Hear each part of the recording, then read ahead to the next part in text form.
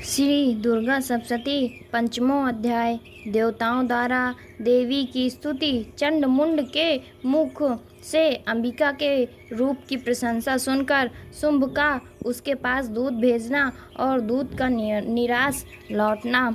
विनियोग। ओम। इस उत्तर चरित्र के रुद्र ऋषि हैं, सरस्वती देवता हैं, अनुष्टुप छंद है, भीमा शक्ति है, ब्रह्मणी बीज हैं, सूर्य तत्व हैं और सामवेद स्वरूप हैं। महासरस्वती की प्रसन्नता के लिए उत्तर चरित्र के पाठ में इसका विनियोग किया जाता है। जो अपने कर कमलों में घंटा ध्यानम जो अपने कर कमलों में घंटा, शूल, हल, शंख, मूसल, चक्र, धनुष और बाण धारण करती हैं। शरद ऋतु के शोभा संपन्न चंद्रमा के समान जिनकी मनोहर कांति है, जो तीनों लोकों की आधारभूता और शंभु, शुंभ आदि दैत्यों का नाश करने वाली हैं, तथा गौरी देवी के शरीर से जिनका प्रत्यय हुआ है, उन महासरस्वती देवी का मैं निरंतर भजन करती हूँ। ऋषि उवाच। ऋषि कहते हैं, पूर्व काल में शुंभ और निशुंभ नामक असुरों ने अपने बल के घमंड में आकर सचिपति इंद्र के हाथ से दोनों लोकों का राज्य और यज्ञ भाग छीन लिया। वे दोनों सूर्य, चंद्रमा, कुबेर, यम, वरुण के अधिकार का भी उपभोग करने लगे। वायु और अग्नि का भी कार्य वही करने लगे। उन दोनों ने सब देवताओं को अपमानिक, राजभ्रष्ट, पराजित तथा अधिकारहीन करके स्वर्ग से निकाल दिया। उन दोनों महान असुरों से तिरस्कृत देवताओं ने अपराजिता देवी का स्मरण किया और सोचा, जगदम्बा ने हम लोगों को वर दिया था कि आपत्ति काल में स्मरण करने पर मैं तुम्हारी सब आपत्तियों का नाश कर दूंगी। ये विचार कर देवता गिरिराज हिमालय पर गए और वहाँ भगवती विष्णु माया की स्तुति करने लगे। देवता बोले, देवी को नमस्कार, महादेवी शिवा को सर्वदा नमस्कार, प्रकृति एवं भद्रा को प्रणाम। हम लोग नियम पूर्वक जगदम्बा को नमस्कार करते हैं।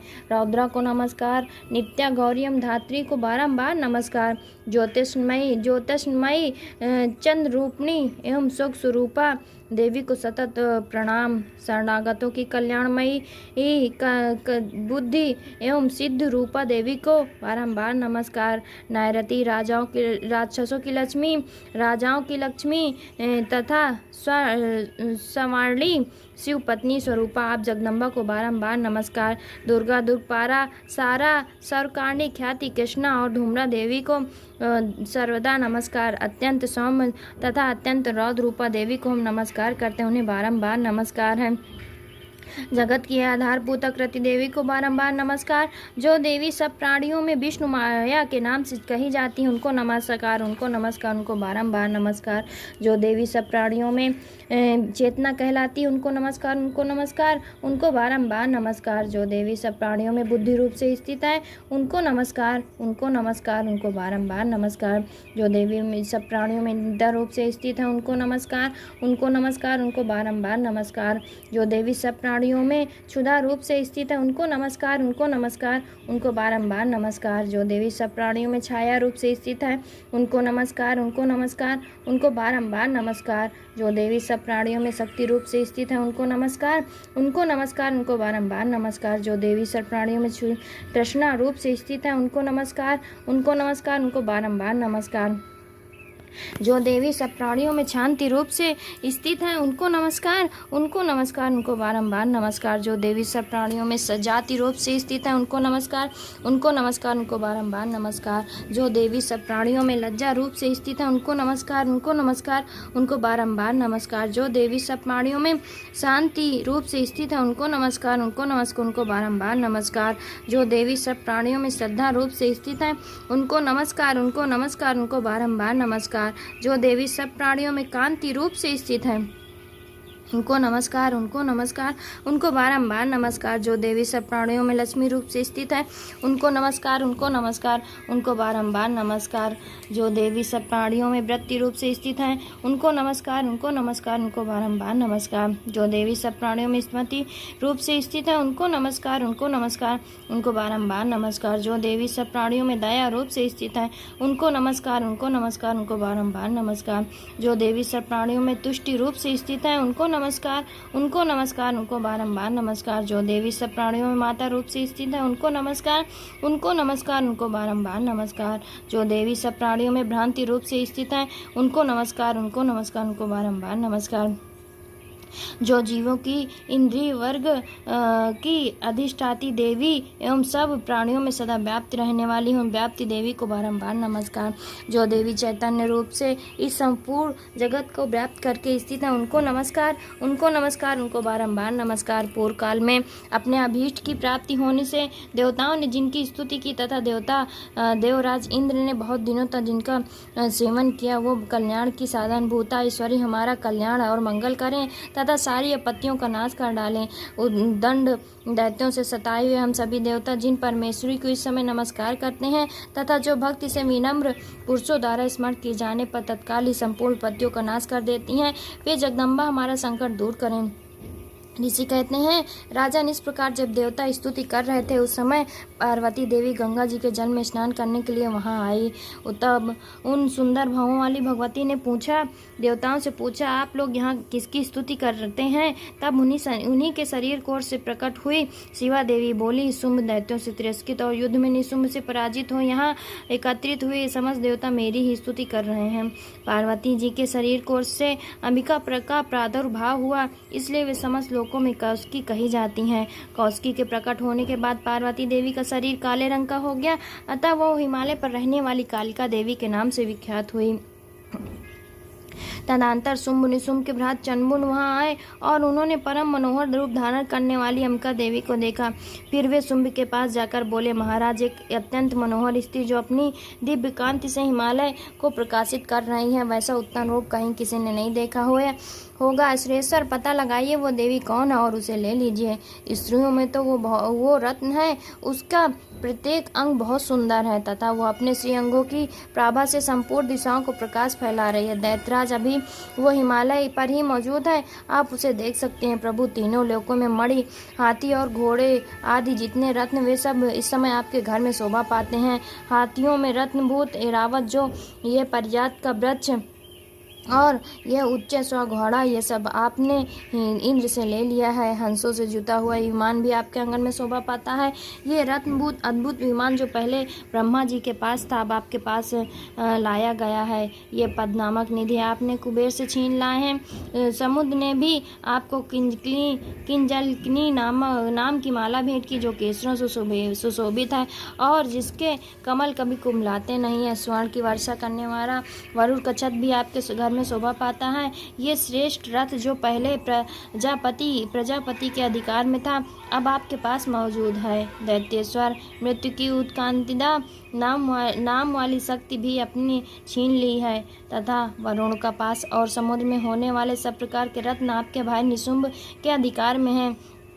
अग्नि ने भी स्वतः शुद्ध किए 2 वस्त्र आपको अर्पित किए हैं। दैत्यराज, इस प्रकार अब सभी रत्न आपने एकत्र कर लिया है। फिर जो ये स्त्रियों में रत्न रूप कल्याणमयी देवी है, इसे क्यों नहीं आप अपने पास अपने अधिकार में कर लेते हैं? ऋषि कहते हैं, चंडमुंड का ये वचन सुनकर शुंभ ने महादैत्य सुग्रीव को दूत बनाकर देवी के पास भेजा और कहा, मेरी आज्ञा से तुम उनके सामने ऐसा ये बातें कहना और ऐसा उपाय करना जिससे प्रसन्न होकर वो शीघ्र यहाँ आ जाए।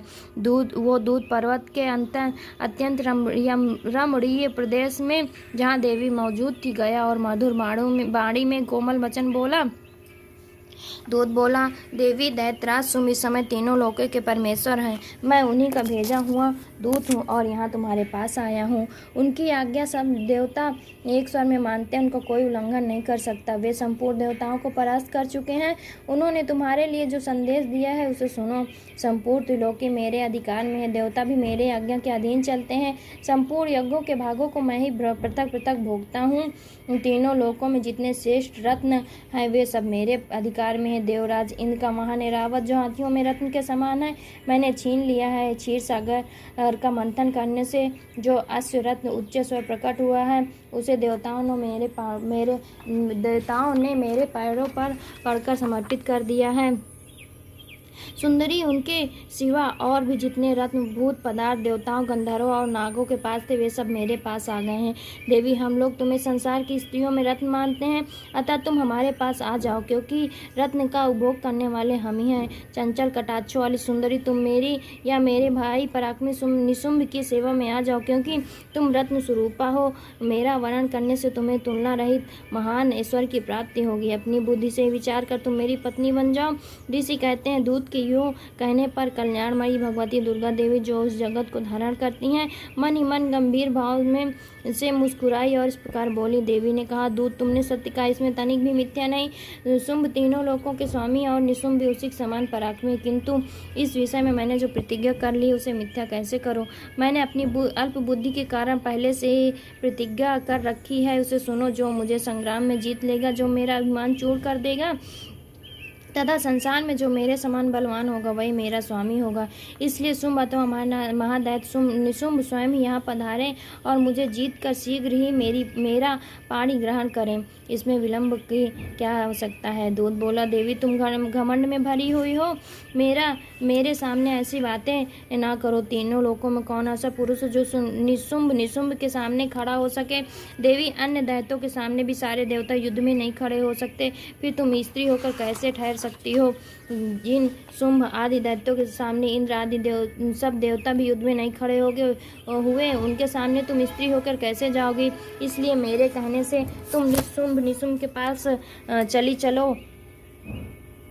ऐसा करने से तुम्हारे गौरव की रक्षा होगी, अन्यथा जब केस पकड़ के घसीटेंगे तो तब तुम्हें अपनी प्रतिष्ठा खोकर जाना पड़ेगा। देवी ने कहा, तुम्हारा कहना ठीक है। शुंभ बलवान और निशुंभ बड़े पराक्रमी हैं, किंतु क्या करूं। मैंने पहले बिना सोचे समझे प्रतिज्ञा कर ली है, अतः अब तुम जाओ। मैंने तुमसे जो कुछ कहा है वो सब दैत्यराज से आदरपूर्वक कहना, फिर वो जो उचित जान पड़े करें। इस प्रकार श्री मार्कंडेय पुराण में सर्वाधिक मनवंतर के कथा के अंतर्गत देवी महात्म्य देवी दूत संवाद नामक 5वां अध्याय संपूर्ण हुआ। जय माता दुर्गे, जय माता दुर्गे।